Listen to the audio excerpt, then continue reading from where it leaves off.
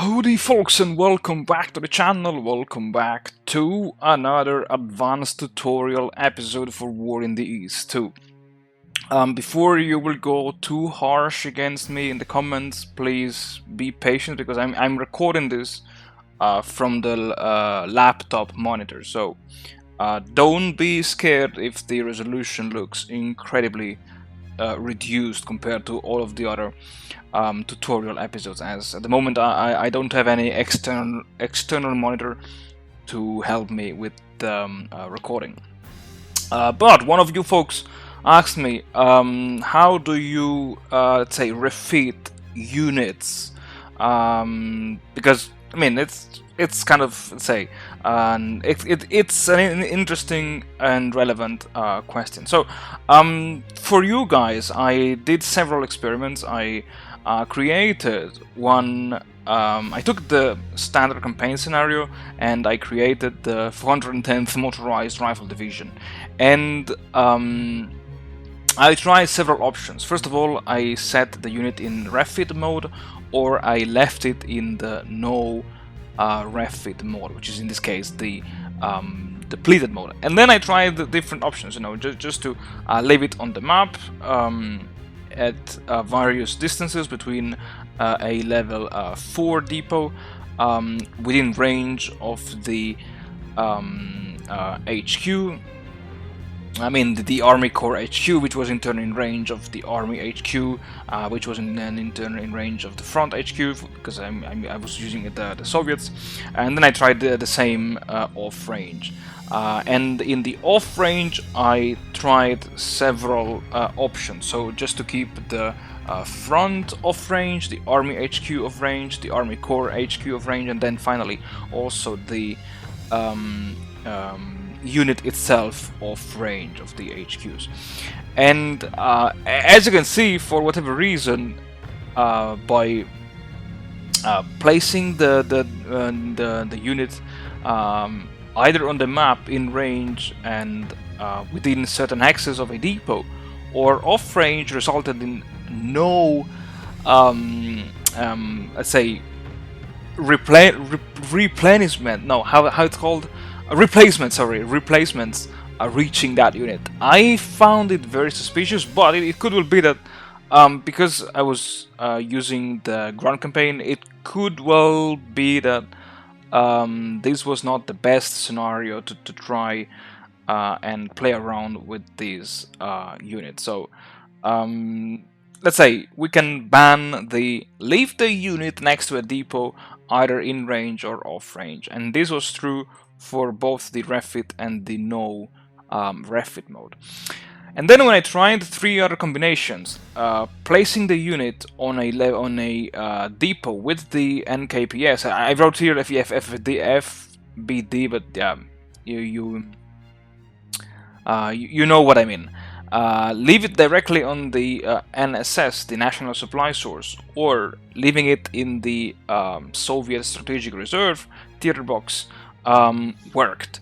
And there was a slight difference between the refit mode and the no refit mode, meaning that the no refit mode, in the case of the depot and NKPS and the NSS, resulted in slightly less vehicles reaching this unit, while in the strategic reserve theater box, throughout all 10 attempts, the unit always received the same amount of vehicles, which is kind of interesting, because from my knowledge, I knew that oh god, sorry, I need to silence my phone for a second, because I knew that whenever you place a unit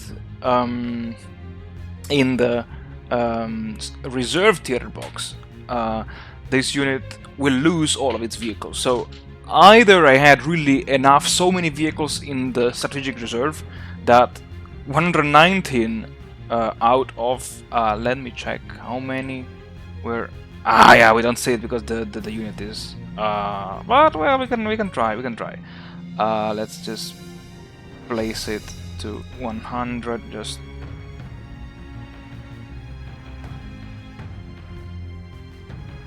and let's see how many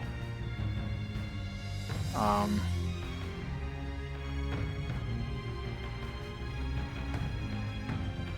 okay, 112.75. That's a lot. That's a lot. Okay. Yeah. So you see, it's less than 10% of the what the unit needs, and in contrast, while all these three resulted in 100% of the TOE, the only difference was the number of vehicles. That was highest when I placed the unit directly on the NSS, which gave me roughly 50% of what I needed. This is 1275. This is 644, so it's roughly 50%. And of course, as I mentioned before, the number of vehicles was slightly higher in the refit mode compared to the no refit mode. The difference is, I would say, is not too big, but it can make a difference in the long term, because assuming that you want to leave your unit 2 turns on the NSS, without refit mode, you might well need 3 turns to replenish all of the vehicles stock of the unit. So yeah, 1 turn may not, or may play a big difference. Depends on the situation on the battlefield, of course. So the best way, in my opinion, to replenish your units is to park them on the NSS in refit mode and let them rest for 2 turns. This is also one of the strategy that many veteran players use, especially when playing on the Axis side and when dealing with their Panzer divisions in the winter of 1941-1942. Don't worry, because I will make let's say, an episode. I will carry on the, let's say, Panzers and Pockets mini-series of the advanced tutorials to give you more strategies and more tactics to use. And also I will make a dedicated episode about what to do with your Panzer divisions when winter comes.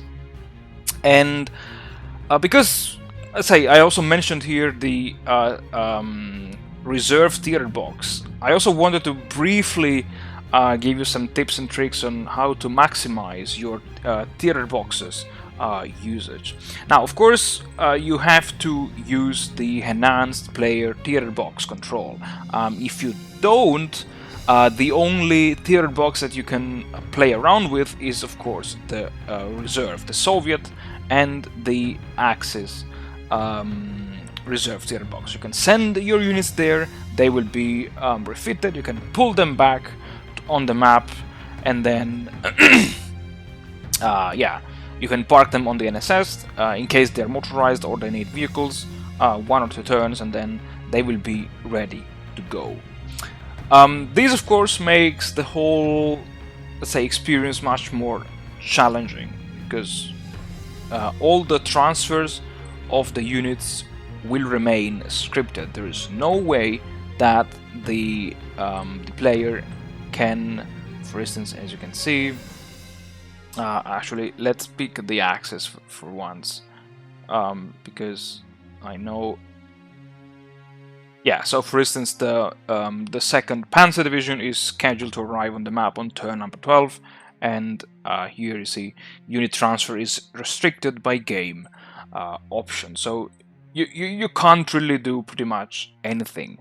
But if you use the enhanced player theater box control, well, some tips and tricks. First of all, the Soviets will receive plenty of battalion and regiment size support units. Now, some people just disband them because they don't know what to do with them, like this mixed light tank battalion, like these anti-tank regiments, these mortar battalions, AA battalions. What I personally like to do is to send them to the different theater boxes. I know this is kind of gamey, because by sending your support units into theater boxes, into other theater boxes, you can potentially and artificially raise the ground value. And of course, when you go above, let's say, 100%, you could ideally trade maybe 20 support units for 1 combat unit. I don't know, let's say I could send artillery, tanks, and pioneers. Now, pioneers no, but engineers or whatever support unit I have here, and then I can bring back, I don't know, the 5th Panzer Division, or let's say to give you a practical example, what I like to do whenever the Italians are arriving, I think on turn number 8, exactly on turn number 8, the Italians will arrive. Then on turn number 9, I move them to North Africa. It will take 4 turns, so on turn number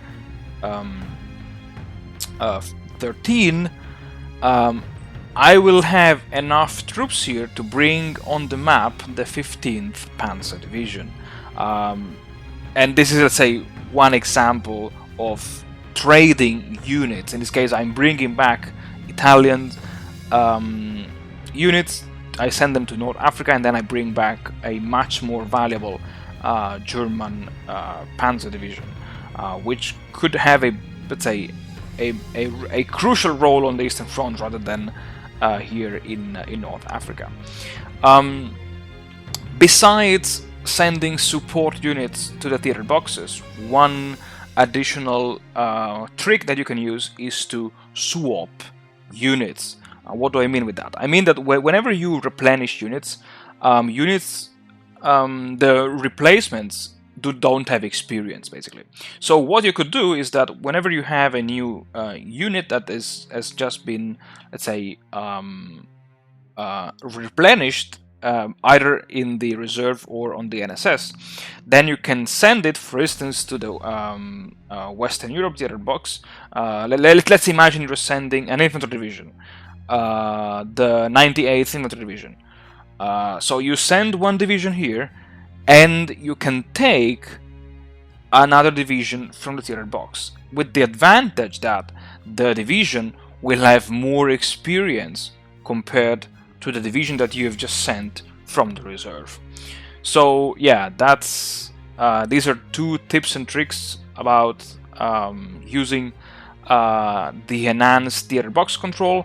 I will come back to this when I will talk about the panzers and pockets in winter, especially in the winter of 1941 and 1942, because, spoiler alert, one let's say strategy that many players use is to send back to France your panzer divisions and trade them with as many infantry divisions as possible. And this is very simple because the panzer divisions contribute much more to the ground combat value compared to the infantry division. So I don't know the numbers, but I think that for instance, if you send 4 panzer divisions, you can take out 5 or even 6 infantry divisions, which is a huge bonus for your Eastern Front, because in winter you don't want to have your panzers around, and even more, you don't want to engage them into combat.